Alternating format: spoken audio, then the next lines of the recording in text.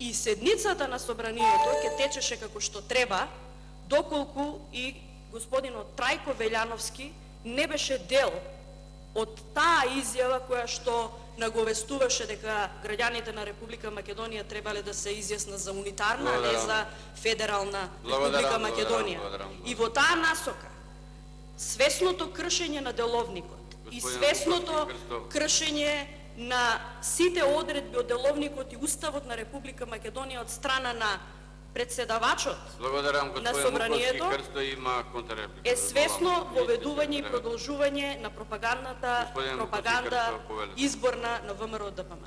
Еве денес на виделина имаме што се вие би прифатиле само да дојдете на власт.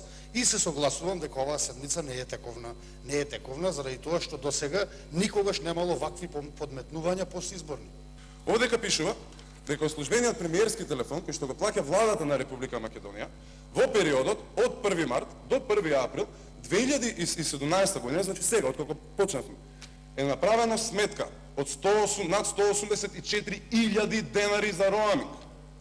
Дали тоа значи дека државата ги плаќа координациите кои што ви ги правеше Никола Груевски од Малта за циркусот тука? Не е фер, колеги.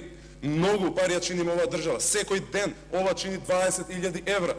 Си има правила за користење на телефоните, вие се претворивте во агенти кои што утврдувате кој како зборел, кој колку трошел и така.